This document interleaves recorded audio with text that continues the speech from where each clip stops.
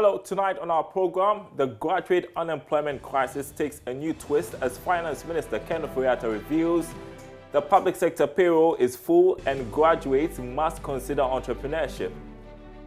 Payroll is full. I can tell you that because we are spending some 60% of our revenue on remunerating some 650,000 people, and that's not sustainable. Ahead, we'll hear from President of the Ghana Chamber of Young Entrepreneurs, Sheriff Gali, who is asking the government to create an enabling environment then. An economy that is fertile for business, that is good for business, but then they are not direct policies that can support these young people. Then at the end of the day, nothing good is going to come out of it. Also tonight, Securities and Exchange Commission intensifies collaboration with Economic and Organized Crime Office to clamp down on growing Ponzi schemes and unlicensed investment firms in the country. Plus, we'll hear from transport operators lamenting the fuel price hikes and its impact on the operations. Thanks for joining us once again for Business Live. My name is Daryl Kyle. We'll have details of those stories and others in a moment. Hello, my name is Nathaniel Atto. You can catch up with all the fun and inspiration on the Joy Sports link here on Joy 99.7 FM, together with all other shows over and over again. It's very simple. All you need to do is go to myjoyonline.com/podcast and relive all of those fun moments over and over again. Joy 99.7 FM, your radio for discerning listeners. Joy 99.7.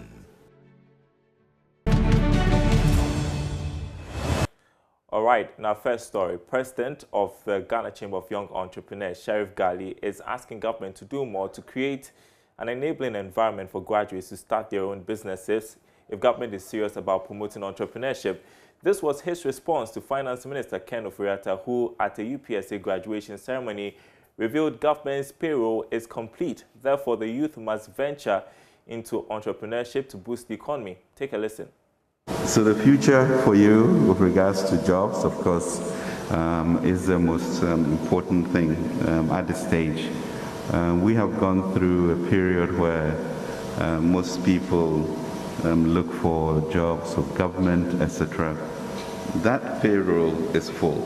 I can tell you that because we are spending some 60% of our revenue on remunerating some 650,000 people, and that's not sustainable. The question then really is whether UPSA has trained you to be entrepreneurs. And your question will be, where will I get the financing from, etc. But you do and you have the skill set to be able to do what you have to do. Our responsibility as government is to create the environment of macro stability, currency stability, and ensure that you have access to the relevant skills and financing. So this budget that we are going to be doing is going to really focus on the youth and budget. And tomorrow we have a program here looking at what the youth demands and how we can structure the next 2-3 years of the Ghana Obatampa program to ensure that you become your own bosses and you become entrepreneurs. So it's a new world out there where you need to, it's not a factory that is employing 10,000 people, but it's individuals like you employing 2, 3, 4, 5 people to create that energy and engine for our country to transform.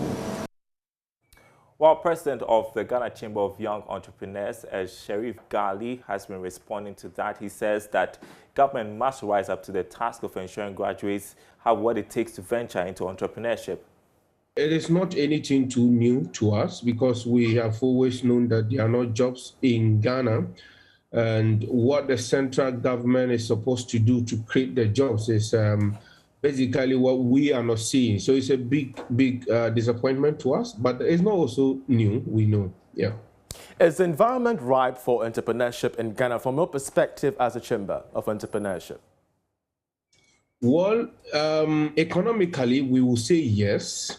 Why do I say yes? Because Ghana has one of the promising economy that is very fertile for entrepreneurship, because there are so many untapped opportunities that are lying down there, especially the innovations by young people. So yes, economically it's fertile, but our problem as a state is that our central government policies that are directed towards creating that enabling environment for the young person to start to grow and sustain a business is what we are lacking. So if you have an economy that is fertile for business, that is good for business, but then they are not direct policies that can support these young people, then at the end of the day, nothing good is going to come out of it, because we have a central government and governments upon governments. What basically they do is that they come up with policies for young people, for young entrepreneurs, when the young people are not even consulted. So it's just like a doctor that opens a hospital, and when you walk there, he looks at your face and say you are sick of malaria. For that reason, I will start treating malaria, when you haven't even checked or engaged the person. So that is our problem. We have a very striving economy that, yes, there are so many opportunities. Young people every single day, they are coming out with creative ideas, innovative ideas, but the policies, the support framework is not there.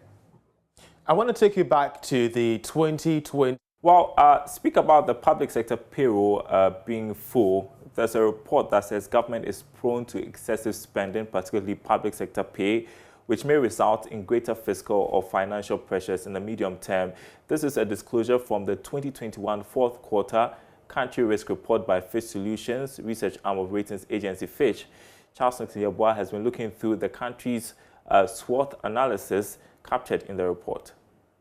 In its SWOT analysis on Ghana, it said climate change will pose medium and longer-term risk to the crucial cocoa industry.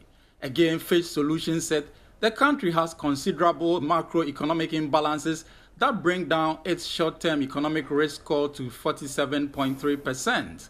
Although the country's commodity exports have been largely steady, the economy's overall reliance on commodity exports, the research institution said, leaves Ghana vulnerable to swings in international commodity prices. On weaknesses, it pointed out that high debt levels will continue to weigh on Ghana's fiscal outlook over the coming years. Also, the large though declining informal sector eludes the government coffers. With regard to strength, it said the country features better operating conditions and greater stability than peer economies such as Nigeria or Cameroon. On opportunities, Fitch Solutions stressed that a swifter progress on the implementation of a continent-wide free trade area could see Ghana emerge as a key trade hub for the West African sub-region. Additionally, the manufacturing and technology sectors are set to expand as indicated by recent high-profile investment by foreign firms, whilst the country's tourism potential could be tapped more aggressively once the COVID-19 pandemic recedes. Now, the governor of the Bank of Ghana, Dr. Ernest Addison, is calling for fiscal policies in next year's budget that will create a more credible path towards fiscal or financial stability. According to him, this is important for the country's quest to accelerate its economy rapidly. Launching this year's Ghana Economic Forum, Dr. Addison said the economy has been able to absorb the COVID-19 shocks very well, turning around swiftly. He cited the country's external position and the banking sector as examples. Emerging market policymakers are keeping an eye on global financial markets to emerging and frontier markets such as Ghana.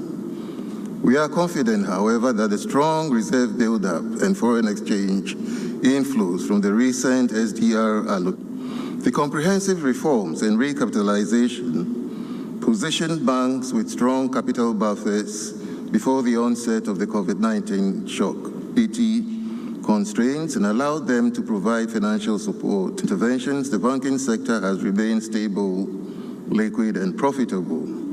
The latest stress tests and macro-prudential risk assessments on the industries. A lingering problem has been the private sector credit growth, which has not fully recovered to pre-pandemic levels, coupled with continued COVID vaccination efforts and the demand for bankable projects increase. We expect private sector credit growth to rebound. COVID was due to homegrown policy credibility that had been earned via a solid anchor to disinflation. Policy credibility and direct during this period. These measures place the Ghanaian economy in a good place prior to the pandemic cause. The 2022 budget should be used to reset fiscal policy to create a more credible path towards medium-term fiscal sustainability. This would be an impossibility. Now, government will commission 4 new vehicle assembling plants soon, a move that will cement the country's position as a car manufacturing hub in West Africa. According to a Deputy Minister of Trade and Industry, Nana Madokia Esiameje, Ghana's homegrown automotive policy, which is among the best on the African continent, has enabled this achievement. Presently, Volkswagen and Toyota have established car assembling plants in Ghana. She was speaking at the ongoing Ghana Economic Forum organized by the Business and Financial Times. Our homegrown automotive policy is among the best on the continent. The evidence is this. We have 2 major vehicle assembly plants in Ghana by major brands, with 4 more in the pipeline to be commissioned soon. The development of the policy is premised on the fact that the automotive assembly and component manufacturing industry is universally recognized as key strategic sector for stimulating multiplier effects in terms of industrial transformation and as a powerful driver of employment, foreign investment, innovation, and economic growth. One key theme that stands out of our auto policy in respect of homegrown characteristics is its focus on component manufacturing, which is designed to ensure that a local supply chain of components and parts are locally manufactured for the auto industry. Turning to one of our top stories tonight, the Securities and Exchange Commission is urging the public to do a thorough assessment of investment firms before carrying out transactions with them. The call follows the growing number of advertised investment products sold to the public without approval from the Commission. Director General of the Securities and Exchange Commission, Reverend Ogbami Tete, issued the warning during an engagement with law enforcement agencies in Accra. Here's a report. The engagement with the agencies under the theme, The Role of SEC in the Capital Market, forms part of a sensitization program by the Securities and Exchange Commission to all stakeholders on its operations. Answering questions, Director General of the Commission, Reverend Ogbami Tete, cautioned the investing public to investigate the work of fund managers before buying any product. According to him, even companies licensed by the SEC must be scrutinized by the public to ensure that they are offering the right products and services. Say that, oh, but SEC licensed this entity. You must ask questions. So let's say the example you mentioned, let's say Black Shield or Gold Coast. So if they have a product, they have been licensed by the SEC, but if they are selling a product to you, you should ask questions. This product, how does it work? What are the risk-return characteristics? So you can satisfy yourself that this one, I can do it. This one, I'm not comfortable, so I'll just stay with this one. So I think that people ascribe merits. So once it's being licensed, that's it. No, but you need to do your own questioning and get the information. So you're making an informed choice. Deputy Director General Paul Ababio said the engagement is critical to ensuring a safe economic environment. Spread information to the public when matters come up. So giving you that background information was necessary. Today's session was held with law enforcement agencies, and it's also targeted. There are a group of stakeholders that we deal with on a technical basis. We get queries from them. We also send our investigations to them. As we discussed, our prosecutions are actually handled by the Attorney General. So they need to be empowered to support us in conducting investigations so that when they go ahead into the field and they see matters, they know how to categorize it. So it's an ongoing interaction, and I think as the Commission, we'll be doing this every year. This will be something that is here to stay, and that we have dedicated the necessary resources to ensure that we maintain that momentum. The Securities and Exchange Commission also used the platform to update the agencies on happenings in the capital market. And you're watching Business Live. Still to come, we'll be in the Ashanti region where we'll hear from transport operators lamenting the impact of fuel price hikes on the operations. That story after this break. Hi, this is Lexus Bill, host of Drive Time on Joy 99.7 FM. Listen, you don't have to worry if you miss Drive Time or Personality Profile. It's going to be live on our podcast page. Just log on to www.myjoyonline.com/podcast. You can listen to Drive Time, Personality Profile, and any other of your favorite shows on Joy FM on that page. You don't have to miss a show at all. Joy 99.7 FM, radio for discerning listeners.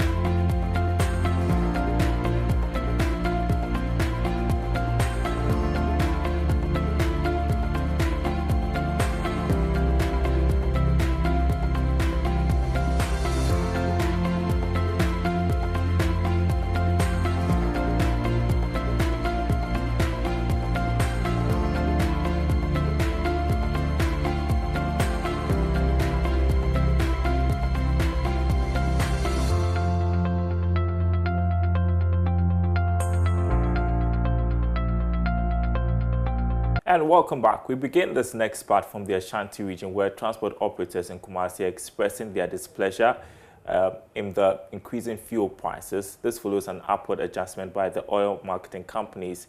The transport operators are unhappy the consistent upward adjustment would negatively affect their businesses. More in this report. We buy fuel at a price of 180 cedis and 200 cedis. At the end of the day, the car owners also demand their share, which is between 130 to 150 cedis. At the end of the day, how much profit do we get? Bibia wo be kosoro ma mti atenga na ade say ese akufuado papa say nipa nya de o ma we akufuado wo patron ntobi. Everything is expensive in this country. What do our leaders want us to do? They don't even buy fuel. I use all my profit for fuel. It's like I work for the filling station. 50 cities we have fancy me on top to crowd. They be on top to 50 cities. Musumi is saying 1,005. This I say me taxi driver na me take me chino. Musumi ukita says can trotro driver. Go be me say Musumi ukita says can.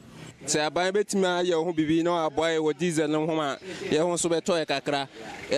System na wo no ye passenger for no If the government can help us with reduction of fuel prices, we'll be glad. We'll go on strike if the price increment continues. So ye bibi fa ho yes ye 1 2 tickets o me kwasora ye so ye be ko leave.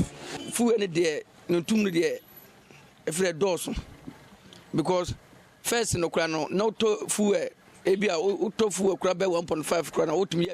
continuous fuel price increase is becoming unbearable. We used to buy 150 cedis fuel a day, but now 200 cedis can't last for a day.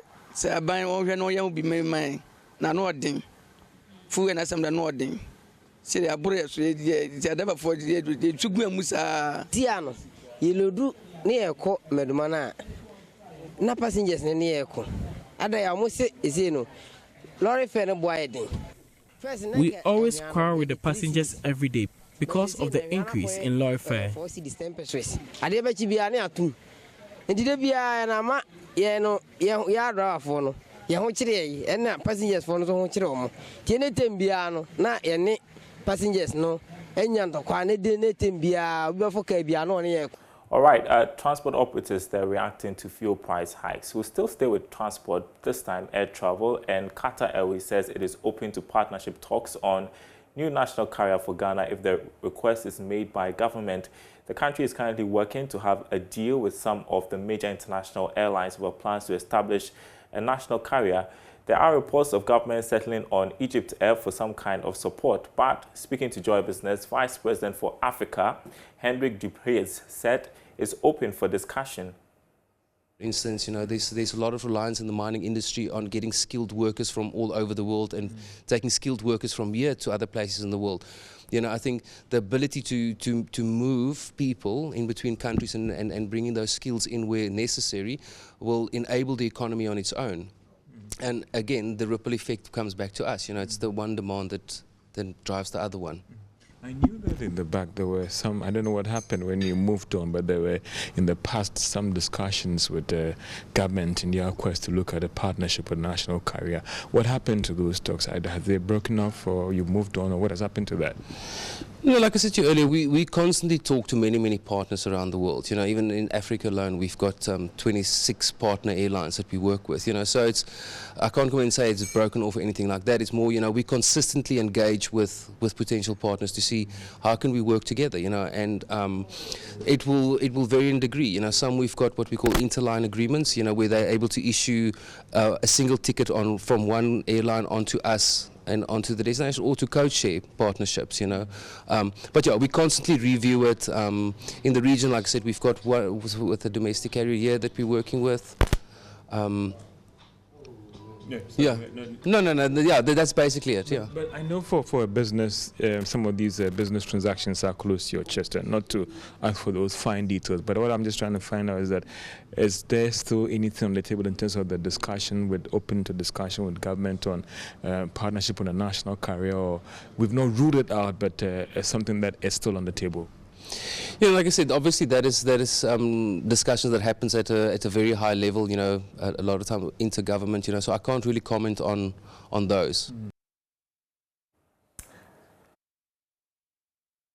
Looking at increasing daily flights from Accra to Doha, and that's Business Live for tonight. Thanks for watching, everyone. More news on our website, myjoyonline.com/business. There you go. You have the day's latest there. myjoyonline.com/business. Thanks for watching. See you.